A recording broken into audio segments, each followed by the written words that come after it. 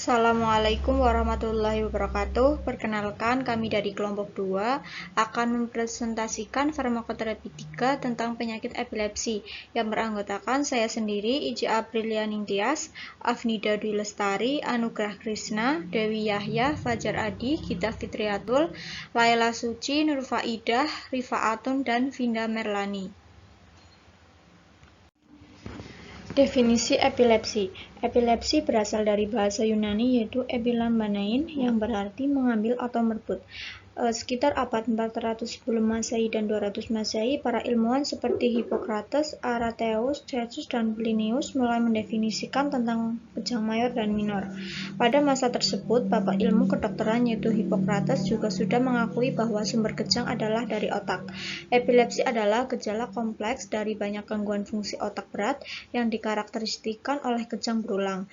Keadaan ini dapat dihubungkan dengan kehilangan kesadaran, gerakan berlebihan, gangguan perilaku, dan alam perasaan. Etiologi epilepsi. Yang pertama ada idiopatik, disebut dengan etiologi primer.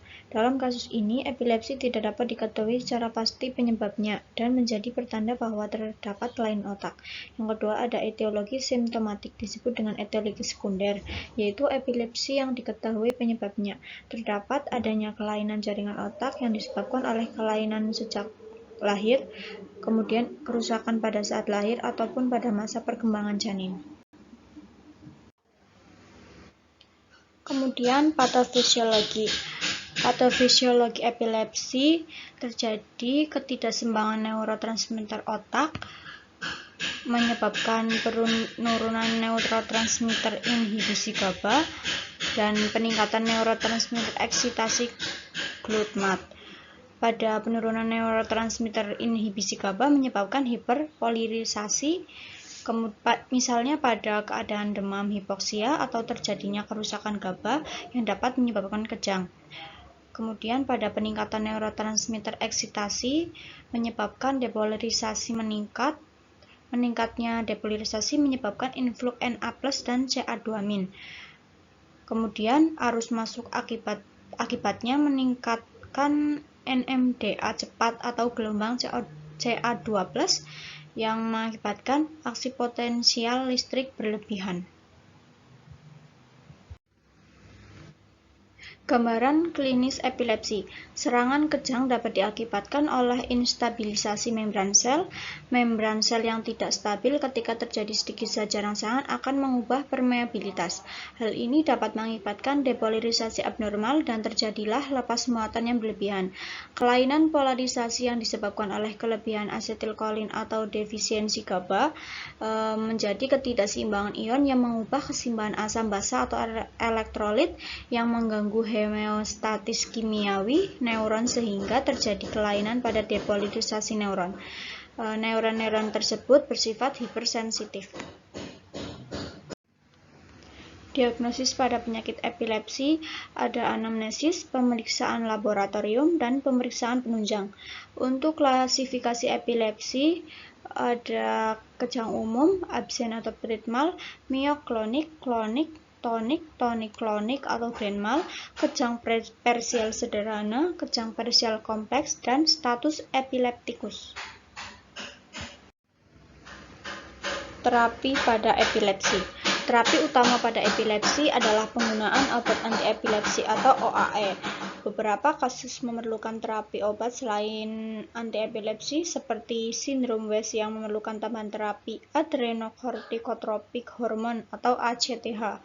Pemilihan terapi epilepsi dipilih sesuai dengan jenis epilepsi, efek samping yang spesifik dari obat antiepilepsi, serta kondisi pasien. Penggunaan monoterapi lebih dianjurkan untuk mengurangi potensial efek samping yang dapat muncul untuk meningkatkan kepatuhan pasien.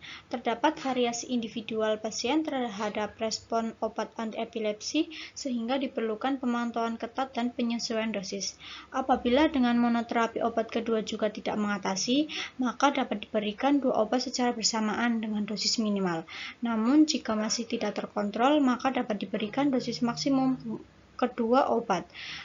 Pemberian obat antiepilepsi ketiga hanya dapat dilakukan ketika Bangkitan tidak dapat diatasi dengan penggunaan obat pertama dengan dosis maksimum. Berikut adalah tabel terapi obat antiepilepsi untuk gangguan kejang tertentu. Kemudian ini adalah tabel penata laksanaan terapi epilepsi berdasarkan jenis epilepsinya. Untuk terapi non-farmakologi ada diet ketogenik. Diet ketogenik adalah diet tinggi lemak, cukup protein, dan rendah karbohidrat. Kemudian ada pembedahan. Pembedahan merupakan pilihan untuk pasien yang tetap mengalami kejang meskipun sudah mendapat lebih dari 3 jenis antikonvulsan. Adanya abnormalitas vokal, lesi epileptik yang menjadi pusat abnormalitas epilepsi. Kemudian ada stimulasi nervus vagus. Stimulasi nervus vagus dapat mengubah konsentrasi neurotransmitter inhibisi dan eksikatori pada cairan cerebrospinal serta mengaktifkan area tertentu di otak dan mengatur aktivitas konteks melalui peningkatan aliran darah. Jurnal review kasus epilepsi. Dengan kasus, seorang laki-laki berusia 20 tahun datang dengan keluhan kejang berulang 8 kali sejak kurang lebih 1 bulan. Kejang dialami biasanya berlangsung selama kurang lebih 5 menit. Kejang seperti kaku dan kelonjotan pada seluruh anggota gerak, mata mendelik ke atas, tampak pucat dan berkeringat. Dan juga lidah tidak tergigit dan tidak keluar busa dari mulut. Pada saat kejang, pasien dalam keadaan berbaring dan tidak sadarkan diri. Setelah kejang, pasien langsung tertidur. Setelah pasien bangun, pasien tampak bingung selama beberapa saat, kemudian kembali sadar dan kembali berkomunikasi seperti biasanya. Sebelum mengalami kejang, pasien sering merasa nyeri pada seluruh bagian kepala, terutama dalam 1 bulan terakhir. Riwayat kejang sebelumnya terjadi pada saat pasien berusia 1 tahun 6 bulan. Kemudian pada usia 7 tahun, pasien kembali mengalami kejang tetapi tidak disertai demam. Kejang dialami 1 kali dengan durasi kejang kurang lebih 10-15 menit dengan tipe kejang yang sama seperti yang dialami pada pasien dalam 1 bulan terakhir. Pada saat pasien berusia 14 tahun, pasien kembali mengalami kejang dengan durasi yang semakin sering, yaitu sekitar 4-6 kali dalam 1 bulan dengan jarak antar kejang yang pertama dengan kejang selanjutnya lebih dari 24 jam. Kejang terjadi selama 15 menit dengan tipe yang sama. Kemudian pada saat pasien berusia 16 tahun dilakukan pemeriksaan EEG dan dinyatakan mengalami epilepsi. Data pemeriksaan. Dari pemeriksaan fisik didapatkan keadaan umum tampak sakit sedang, kesadaran kosmetik dengan GCS 15. Tanda vital didapatkan tekanan darah 120/80, nadi 92 kali per menit, RR 20 kali per menit, dan suhu 36,5 derajat Celcius. Pada status generalis dalam batas normal, hasil pemeriksaan nervus kranialis dalam batas normal. Refleks patologis tidak ditemukan. Kemudian pada pemeriksaan penunjang EEG didapatkan kesan abnormal berupa cetusan epileptik difus. Pada CT scan terdapat kesan subdural hygroma di regio frontalis sinistra. Pasien dalam kasus ini didiagnosis dengan diagnosis klinis konvulsi tipe umum tonik-klonik, diagnosis topik pada daerah cerebri, dan diagnosis etiologi adalah epilepsi simptomatik et causa cedera kepala. Penata laksanaan yang diberikan pada pasien ini terdiri dari penata laksanaan umum berupa tirah baring yang disertai pemantauan terhadap tanda vital pasien, dan diberikan terapi medikamentosa berupa infus RL, penitoin 3 kali 100 mg per hari, oxarbazepin 3 kali 300 mg per hari, dan asam folat 1 kali 1. Pembahasan kasus. Epilepsi didefinisikan sebagai suatu keadaan yang ditandai oleh bangkitan epilepsi berulang berselang lebih dari 24 jam yang timbul tanpa provokasi. Sedangkan yang dimaksud dengan bangkitan epilepsi adalah manifestasi klinis dari bangkitan serupa atau stereotipik yang berlebihan dan abnormal, berlangsung secara tiba-tiba dan sementara dengan atau tanpa perubahan kesadaran yang disebabkan oleh hiperaktivitas listrik sekelompok sel saraf di otak yang bukan disebabkan oleh suatu penyakit otak akut atau unprovoked. Diagnosis epilepsi ditegakkan secara sistematik dengan 3 langkah, yaitu langkah pertama melalui anamnesis, langkah kedua untuk menentukan jenis bangkitan dilakukan dengan memperhatikan klasifikasi ILAE. Kemudian langkah ketiga untuk menentukan etiologi epilepsi. Menurut ILAE, etiologi epilepsi dibagi dalam 3 kategori, yaitu idiopatik, kriptogenik, dan simptomatik.